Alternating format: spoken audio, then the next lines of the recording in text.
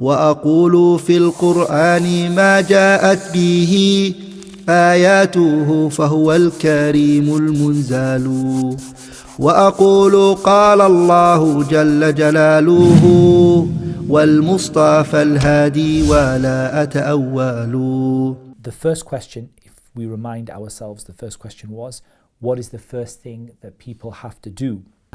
The answer that we've retranslated is, the first thing that people have to do is to know the thing which Allah created them for. He took their promise from them because of it. He sent messengers to them and He sent down His books to them with it. For this reason, this life and the hereafter and paradise and hellfire were created. Al-Haqqa and Al-Waqi'ah happened because of it. The Day of Judgment happens because of it. The scales are set and people's records of deeds are passed out. Because of this, there will either be happiness or misery forever. According to this, people will be given their share of light. And whoever Allah does not make a light for them, that person will have no light. So I want to really go over this again, just to make sure that it's really clear, because it's a new translation and also we might have missed some things out when we did it the first time. But the whole purpose of this question is simply just to know what's the first thing that people have to do. And the answer is to know what Allah created them for. That's the answer. That's all you need. The first thing that people have to do is to know the thing that Allah created them for. That's it. That's what you need. However, there is some extra points He mentions. He took their promise from them because of it, or with it. So here, what it means is that He's referring to when Allah took out all of the children of Adam.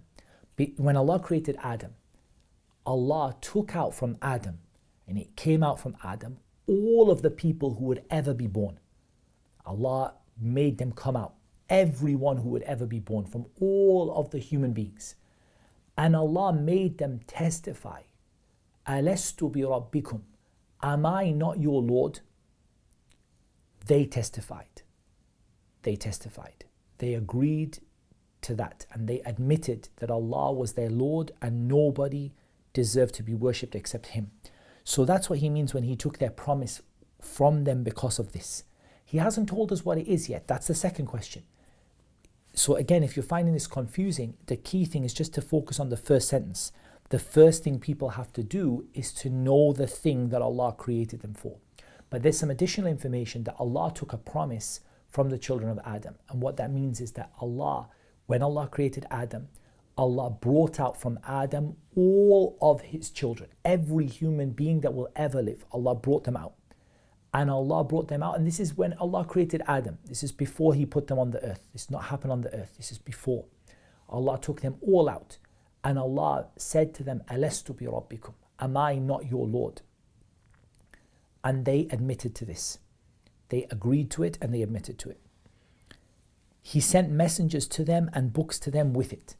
And the books and messengers were sent to teach us this thing that we were created for.